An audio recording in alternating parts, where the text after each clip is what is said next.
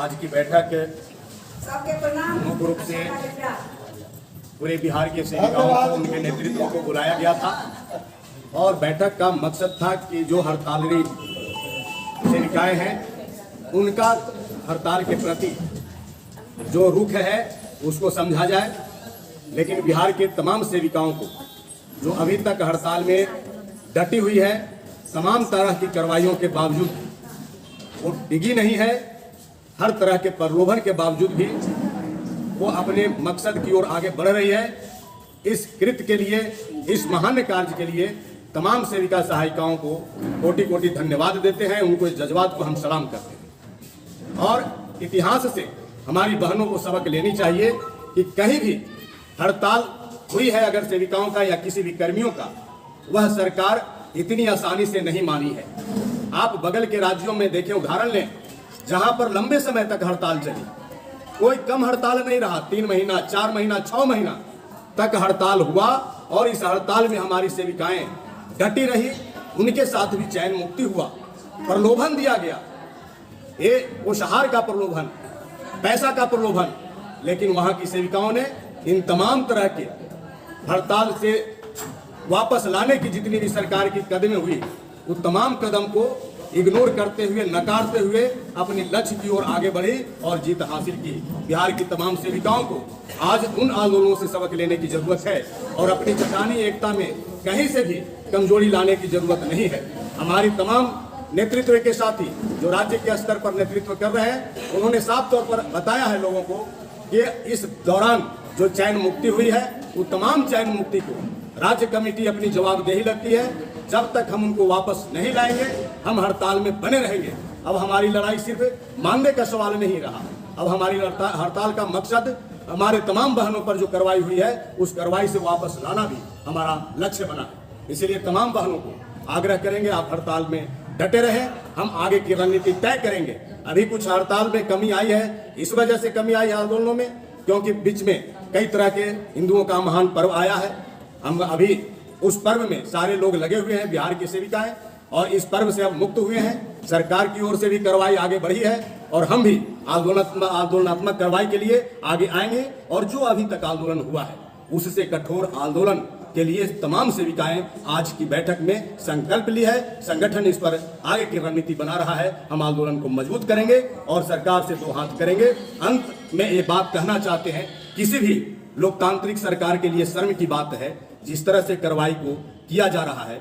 लोकतंत्र के आधार पर आप पद प्राप्त करते हैं, आप मंत्री बनते हैं, अधिकारी बनते हैं, उस लोकतंत्र के मंदिर में बैठ करके आप लोकतंत्र का गला घोंट रहे हैं, तो आपको तो संविधान से सबक लेनी चाहिए। और जिस तरीके से आप कार्रवाई किए हैं, यह कार्रवाई कहीं से भी न्यायोचित नहीं है और इसके अगेंस्ट में हम भी तैयारी कर रहे हैं। हम आपके भी ये जो गैर संवैधानिक तरीका हुआ है, उसके खिलाफ आपको भी कटघरे में खड़ा करेंगे और न्यायालय में आपको भी घसीटेंगे। आपको भी जवाब देना पड़ेगा, न सिर्फ हमारी सेविका बहनों को, बल्कि यहाँ की सरकार को भी उसी संविधान के तहत काम करना होता है जिस संविधान ने आपको अधिकार चैन मुक्ति का नहीं दिया है। लेकिन हमारे बहनों को यह अधिकार जरूर प्राप्त है कि अपने मानदेय का, जो अपने कम मानदेय और ज्यादा काम का जो शोषण हो रहा है, उसके खिलाफ जनतांत्रिक तरीके से आवाज उठाएं। और बिहार की सेविकाएं अचानक हड़ताल में नहीं गई है, इसके पहले फरवरी 2023 से ही अपनी मांगों को लगातार आंदोलन के माध्यम से, पत्र के माध्यम से सरकार के बीच में अपनी मांग को रख रहा है, लेकिन उस पर सरकार ध्यान नहीं दी। अंत में मजबूर होकर के हम 29 सितंबर से हड़ताल में जाने पर मजबूर हुए हैं और यह मजबूरी पैदा किया बिहार सरकार, मजबूरी पैदा किया हमारे डायरेक्टर, हमारे मंत्री। इसलिए हम इस बात को बोल रहे हैं कि उन्होंने कहा था कि हम आपके बातों पर गंभीरतापूर्वक विचार कर रहे हैं और अविलंब कुछ फैसला लेने वाले हैं। लेकिन 3 महीना गुजर गया, तमाम अनुबंध कर्मियों को इन्होंने कुछ न कुछ प्रोत्साहन राशि दिया, लेकिन आंगनबाड़ी सेविकाओं को कुछ भी नहीं, ठेंगा दिखाया गया। यहाँ तक कि आंगनबाड़ी के अंदर ही जो ICDS में अन्य कर्मी हैं, डाटा ऑपरेटर हुआ, अन्य तरह के कर्मी है, परिवेशिका है, उन तमाम के मानदेय में वृद्धि की गई, कई तरह के सुविधाएं दी गई, लेकिन आंगनबाड़ी के साथ में नाइंसाफी किया गया और इसीलिए सेविकाएं उग्र होकर के इस तरह के कदम उठाई। इसके लिए तो सरकार को कोर्ट के सामने इनको भी जवाब देना पड़ेगा। इसलिए सिर्फ हम उल्लंघन नहीं कर रहे हैं और आज जो हवाला दे रहे हैं सुप्रीम कोर्ट के न्यायाधीश का, हम कल भी सम्मान करते थे और आज भी सम्मान कर रहे हैं। हम खाद्य सुरक्षा अधिनियम को आगे बढ़ाया है और आगे भी बढ़ाएंगे, लेकिन जो इसकी रक्षा करने की बात कर रहे हैं, जांच हो, उसी लोगों ने इसका खंडन किया है, इसका उल्लंघन किया है। हम इस बात को भी न्यायालय के अंदर रखेंगे और हमारी तमाम सेविका बहनों से आग्रह करेंगे कि चयन मुक्ति एक गिदड़ भव की है, उससे डरे नहीं। और एक बात कहेंगे, ये तमाम जो परिवेशिका सीडीपीओ डीपीओ जो है वो आपको जाल बिछा रहे हैं, इसीलिए आप उस जाल में फंसे नहीं। एक कहावत है, शिकारी आएगा दाना डालेगा, लोभ में फंसना नहीं। ये तमाम बहनों से आग्रह है, एक जो आपका पोषाहार संबंधी लोभ है, आप इसमें कतई नहीं फंसे। अगर इसमें फंसेंगे आज की बैठक में तो बहुत सारी बहनें हमारी बहुत सारी बातों से रूबरू हुई, अपनी बातों को सुनाई और हम लोगों की भी बात उनके बीच में गया।